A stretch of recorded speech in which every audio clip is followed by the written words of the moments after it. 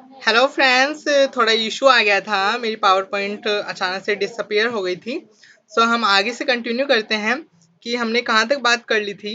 हमने बात कर लिया था, यहाँ पर थे हम अंडर ग्रेजुएट प्रोग्राम पे। जो हमारा अंडर ग्रेजुएट प्रोग्राम जो हम ग्रेजुएशन करते थे वो पहले 3 इयर्स की होती थी, और अब वो क्या हो गया 3 और 4 इयर्स में बढ़ गई है। तो क्यों बढ़ गई है, कैसे बढ़ गई है, तो अब हम इस चीज़ को जानेंगे। जो हमारी 3 इयर्स वाली ग्रेजुएशन होगी उसमें में और 4 इयर्स की ग्रेजुएशन में क्या अंतर है वो हम देखेंगे। तो 3 इयर्स वाली ग्रेजुएशन है वो जब हम जो लोग जॉब्स करना चाहते हैं, ओनली ग्रेजुएशन करी और उन्हें जॉब करनी है, तो उनके लिए तो है 3 इयर्स वाली। और 4 इयर्स वाली किसके लिए है?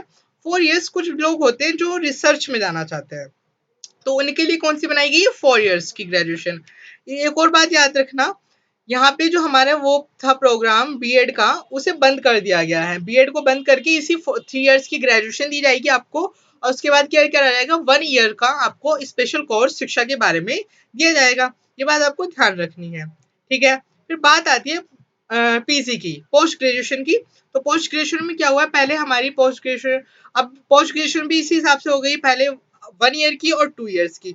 1 ईयर्स की जो करेंगे वो हमारी नॉर्मल होगी पोस्ट ग्रेजुएशन। जो सेकंड ईयर की करेंगे वो रिसर्च में जा सकते हैं। फिर integrated 5 years bachelors and masters, 5 सालों में आप पूरी बैचलर्स या मास्टर डिग्री कर लेंगे। क्या हो गया, एम फिल जो पीएचडी की थी, एम फिल जो थी वो डिसकंटिन्यू कर दी गई है, और पोस्ट ग्रेजुएशन के बाद आप डायरेक्ट ही पीएचडी कर सकते हैं। फिर आता है credit transfer and academic banks of credits. क्या हुआ है, देखो जैसे हमने बहुत बार सुना होगा कि हम ग्रेजुएशन कर रहे हैं और हम बीच बीच में लोग छोड़ देते हैं, उन्हें कोई प्रॉब्लम हो जाती है तो उन्हें बीच में छोड़ना पड़ता है। तो क्या सुविधा की गई है, जैसे हमने फर्स्ट ईयर किया तो हमें मिल जाएगा, फर्स्ट ईयर करा हमने, फर्स्ट ईयर करा ग्रेजुएशन का, और फिर क्या हुआ हम सेकंड ईयर में आने वाले हैं और हमने थोड़ी देरों के लिए पढ़ाई छोड़ दी। तो क्या हुआ, हमारा जो मार्क्स है वो सारे जो हमारे क्रेडिट ट्रांसफर, एक बैंक जैसे बैंक में हम अकाउंट खुलवाते हैं उसी तरीके से हमारे एक अकाउंट खोल दिया जाएगा जिसमें हमारे मार्क्स लिखे होंगे, उसमें हमारे सारा ट्रांसफर लिखा होगा, ठीक है। क्या होगा, 1 ईयर में हमने कर लिया। जब हम फर्स्ट ईयर कर लेंगे तो हमें क्या मिलेगा, सर्टिफिकेट मिलेगा कि हमने फर्स्ट ईयर क्रॉस कर लिया, और हमें कहीं भी जॉब के लिए वहाँ बेनिफिट मिलेगा। फिर क्या हुआ, हमने फिर 1-2 साल बाद फिर हमने ट्राई मारा कि अब हम सेकंड ईयर भी कर लेते हैं, अब हमारी स्थिति ठीक है। तो हमने सेकंड ईयर में ट्राई करा तो हमें सेकंड ईयर कर लिया, उसके बाद हमें पढ़ाई छोड़नी पड़ी तो हमें डिप्लोमा मिल जाता है। फर्स्ट में क्या मिलता है, सर्टिफिकेट, सेकंड में क्या मिलता है, डिप्लोमा। और अगर हम थर्ड एंड फाइनल कर लेते हैं तो हमें क्या मिल जाती है, बैचलर डिग्री मिल जाती है। फिर और क्या हुआ है, research intensive, teaching intensive universities and autonomous degree granting colleges. क्या हुआ है, अब जो सारे कॉलेजेस हैं, हर कॉलेज में हर तरीके की पढ़ाई हो पाएगी। मतलब जैसा ऐसा होता है ना, इंजीनियरिंग कॉलेज है तो इंजीनियरिंग की पढ़ाई होगी, डॉक्टर्स का है तो डॉक्टरी की मेडिकल लाइन की पढ़ाई होगी। तो अभी चेंजेस खत्म कर दिए गए हैं।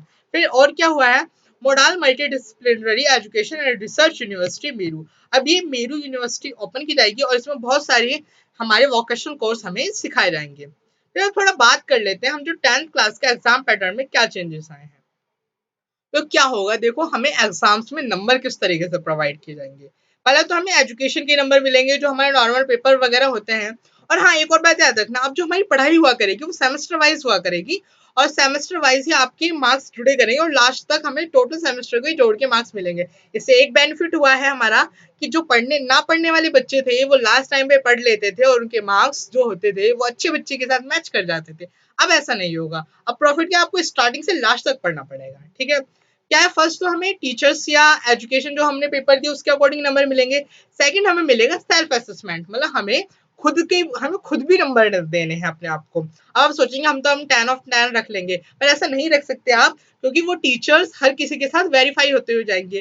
फिर कुछ नंबर आपके दोस्तों के द्वारा भी दिए जाएंगे, ठीक है। इस तरीके से तो हमारी 10th क्लास पास आउट हो गए हम। फिर ग्रेजुएशन का हमने बता दिया कि 3 इयर्स जॉब के लिए है, 4 इयर्स हमारी रिसर्च के लिए है, और जो मास्टर डिग्री है वो एक ही साल में पूरी हो जाएगी, और बीएड को क्या कर दिया गया है, वो उसे डिसकंटिन्यूड कर दिया गया है।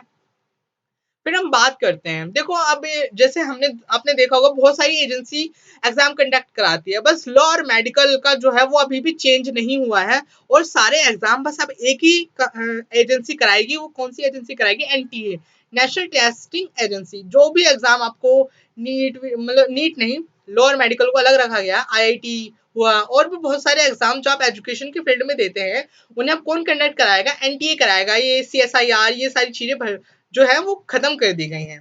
फिर क्या है, नेशनल रिसर्च एजेंसी, अगर आपको रिसर्च के फील्ड में जाना है तो आपको कोई और फील्ड का फॉर्म वगैरह भरने की जरूरत नहीं है, आपको डायरेक्ट NRA में फॉर्म डालना है और ये एजेंसी आपको नियुक्त कर लेगी। फिर क्या है, इन सारी चीजों को देखने के लिए बोर्ड्स ऑफ डायरेक्टर बनाया गया है, वो सारी चीजों पे निगरानी रखेगा। फिर लास्ट क्या है, public and government education system will be same, GDP increases from 4.43 to 6%।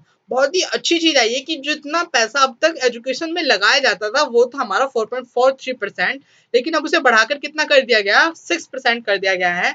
मतलब हमारी शिक्षा में सुधार किया जा रहा है। फिर क्या है, पब्लिक और गवर्नमेंट एजुकेशन सिस्टम सेम हो जाएंगे। मतलब अब ऐसा नहीं है कि पब्लिक स्कूल ज्यादा अच्छा पढ़ाते हैं या गवर्नमेंट, दोनों में फैसिलिटीज बराबर कर दी जाएंगी। और हो सकता है, मैंने सुना है और मुझे थोड़ा डिटेल में नहीं मिला है, जो पब्लिक है, पब्लिक शब्द जो स्कूल्स के आगे लगाते हैं इसे हटा दिया जाएगा, पब्लिक कोई नहीं लगा पाएगा। ठीक है, तो ये था आज आपका सेशन। सो मुझे उम्मीद है कि आपको ये सेशन बहुत अच्छा लगा होगा और आपकी सारी क्वेरी भी पूरी हो गई होगी। तो मेरे टेलीग्राम लिंक को भी ज्वाइन कर लेना, प्रीवियस वीडियोस में मैंने अपना टेलीग्राम लिंक दिया है। और तो सपोर्ट मी, एंड अगर आपको ऐसी वीडियो चाहिए तो आते रहिए और चैनल को ज़्यादा से ज़्यादा सब्सक्राइब, लाइक, शेयर करने की कोशिश कीजिए। Thank you for watching the full video. Thank you very much.